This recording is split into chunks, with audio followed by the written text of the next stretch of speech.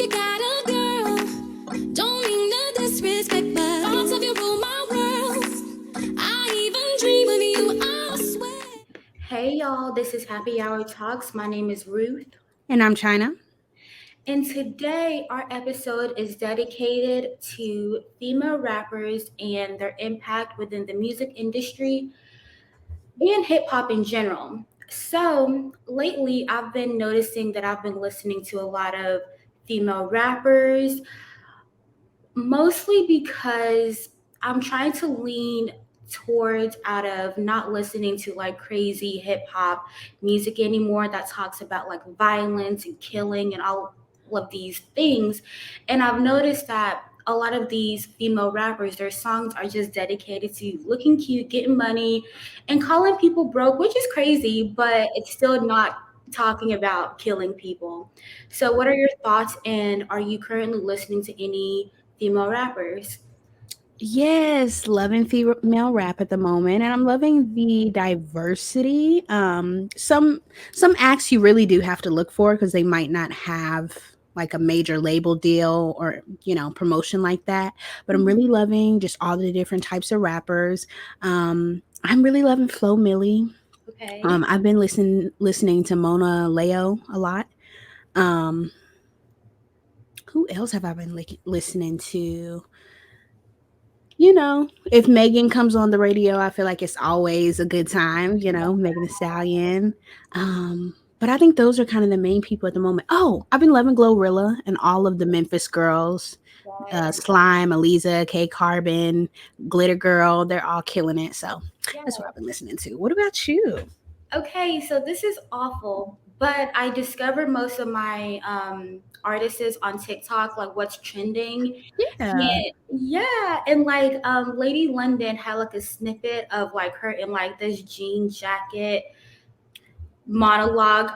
And I'm like, she is so cool. So I just like started looking her up. I like her vibe. I like her like, education history. And then since the LSU girls won their championship, I started studying more about Flage. I like how she rhymes, her flow. So I've realized that I like more of like the upbeat kind of tempo. Like I don't understand, I don't know how to explain it, but like just more masculine kind of tone. And I'm like, the girls are really giving me that vibe rather than me like having to listen to, a little Dirk here and there. So Mhm. For sure. And sometimes with men's rap, it can be kind of low vibrational. Spiritually, I'm like, I have to prepare myself to listen to it. So, yeah. I mean, some might argue that City Girls music, it just talks about taking men for their money and other stuff, that's low vibrational too. I just think it's presented in a different way. And for me, what they're talking about isn't as low vibrational as like death or killing yeah. people or anything like that. It's funny you said Lady London. I've been listening to her too. One thing I notice about her, I Mhm. like her freestyles more than like her actual songs that she puts out. And I Ooh, think that's because her songs, they'll try to appeal to like the mainstream, or they'll try to capture like people's ears with like a catchy chorus or something like that. But sometimes it almost feels watered down. So with the freestyle you were talking about, Pop Yosh, I just loved how lyrical it was. I'm like from bar to bar, like, oh my goodness. And she's so pretty too. So yes. yes. And the monologue, just like the free flow. I'm like, I've never really heard this or experienced this. We probably have had it before, but I'm like, this right here is cool. Um, in terms of the City Girls, I went to their concert last year, and I felt when I left, I felt so empowered. I was just like, I'm about to go pop my ish, which I really wasn't. But like these new rappers, like they just give you a sense of like confidence when you listen to their music, which I love. But also during the City Girl concert, I noticed that the City Girls had to dress up, go all out, look cute, wear heels, all of this, while Mhm. the male performer, which he's a very, very popular performer, he was just like, I think low key in like a hoodie or a jacket and just like walking around just spitting. And I'm like, that's crazy. Yeah. And I think that gets into the idea that sex sells and that these women have to kind of overexpose themselves to really get people to pay attention. And I think it's interesting because maybe we're seeing a shift away from that. I feel like people made a really big deal about Glorilla when she first came out because they're like, oh, she's hard and she doesn't just talk about that type of thing. She talks about other stuff. And yeah, she might wear a corset on stage or a one piece, but like she's talking about other stuff and it's real. Hmm. It's really interesting because I was thinking about some of the other rappers like No Name, Chica, Tierra Whack, those types of rappers. I don't know if you call them necessarily conscious, but they're definitely more lyrical and they're definitely not necessarily mainstream. But, for people to kind of discredit so many female rappers for only talking about one thing, I'm Yeah. like, well, why aren't you going to these people's shows? Because Yeah. they can't book the same venues that City They, Girl and Lotto, and even City Girl and Lotto technically have to go touring with other people. which They is aren't crazy. able. They aren't able to do their own mainstream thing. So yeah, we've seen, um, especially with the rise of Nicki Minaj in the 2010s, we've seen that there is an increase in visibility for female rappers, but we still have a way to go. Yeah, a But what do lot. you think about that argument as far as like people talking bad about city girls making the stallion type of music, but then not supporting like the rappers who are trying to do something different? Interesting because we listen to the same lyrics as when it's male, like dominate or male rapping. Because when we listen to like the Lil Durks, the Futures, all of this popular, get it, like we're turning up to the music, and I think sometimes we miss the lyrics and we're just turning up to the beat. So maybe I feel like, oh y'all, don't cancel me, but like if women rappers have more like crazy beats, maybe we would, I don't know, maybe excuse the lyrics is like how we, give men that excuse, I guess. But when it comes to the city girls, okay, we have different genres we can pick from. City girls are mostly talking about like sexual things, which is cool. But then we have other rappers like Lolo Brooks, I guess, who just comes for like the street vibe. So you just have to Mhm. pick and choose what you listen to rather than just like, oh, female rappers just talk about sex, twerking, all of this kind of things. Just find what you like. For sure. And you bring up a really good point. I'm someone that growing up and even still to this day kind of my favorite rappers were Migos and Future. And sure, they might not be the most lyrical people in the world, but their beat choices and the producers they chose to work with, top tier, top notch. So, you know, a lot of these producers will save their best beats and stuff Yeah. for the men. And it's same for the men when it comes to like who they choose to like feature on a song or stuff like that. They can have a choice to pick from Lotto or Lola Brooke or Megan Thee Stallion or Nicki Minaj, and they'll go with the man on the feature. It like it's so funny when they have a song that they want to appeal to the ladies. I think about G Herbo Pull Up, or Yeah. NLE Choppa has a has a song out that's I can't say the name, but it's inappropriate.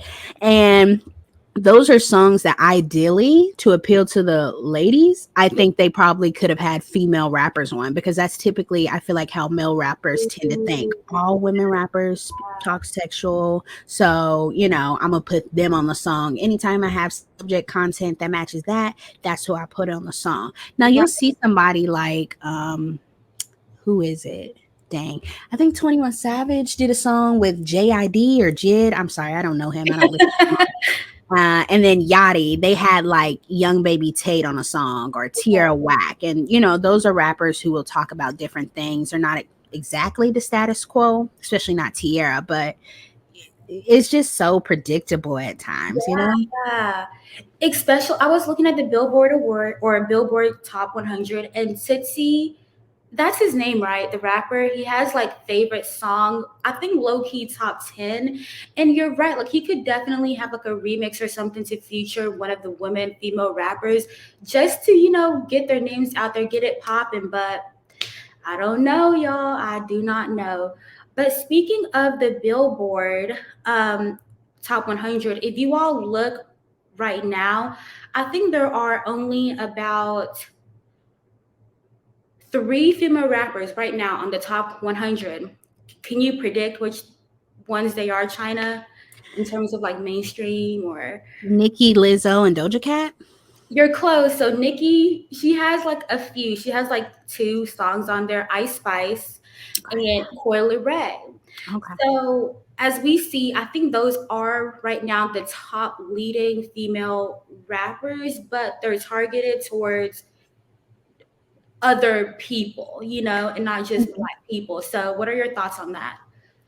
Um, I Flo Millie was getting upset because she feels like as a dark skin rapper, people always bring her up, or Mhm. Mona Leo, or any of the dark skinned female rappers. What's her name? Dang it, Omeretta, Okay. Yeah, yeah, V the Boss or something like that. They or Big Boss Vet. That's her name. They feel like they always bring up these rappers because we see the sudden rise of Ice Spice. That came out of nowhere. It took that girl a year and a half, and she's yeah. at the Met Gala. Yeah. Glorilla within a year Yeah. performing at the Grammys, not just nominated at the Grammys, but performing for a Grammy. So, Coyle Ray, Lotto, I feel like for them to continue to get the push that they do, I just sometimes feel like if that was another artist that didn't look like them, they would have been done, dropped them, or shelved them, or said, "Hey, you're just going to be a songwriter for us now. We're not going to push you as an artist anymore," something like that. So I Right. think it's really interesting to see them continue to be pushed when I Yeah. don't know where Ice Spice is doing well, but I don't know where Coi Leray is on the charts. But it's like in general, what they're receiving and push and promotion isn't matching up, you Yeah. know? Yeah. Yeah. So I don't know. And then you bring in the colorism aspect, plus the promotion that they get is two times what Flo Millie Dim is getting. So Yeah. And I do think this is the impact of TikTok. So as I'm looking through the charts, I've noticed that like the Ice Spice or like the Coily Ray, they were really hot on TikTok. And I'm like, how are they able to capture their audience and their viewers? Is it just 18-year-old, 16-year-old Northwest people's age? Like what? How are they marketing themselves compared to other female rappers? That's what we have to talk about at this point. Because how come, Des Dior and all of these people, all of Des these is not a rapper. I'm sorry. She is a very fashionable, beautiful socialite. beautiful. Okay, true, true, true, true. Well, she's very beautiful. But I was looking at, I think, Revolt's like new female rappers, and they counted her. They were like Des Dior. So I'm like, okay. But you're right though. I do it would be cool to see more darker complexion, darker skin tone women on the Billboard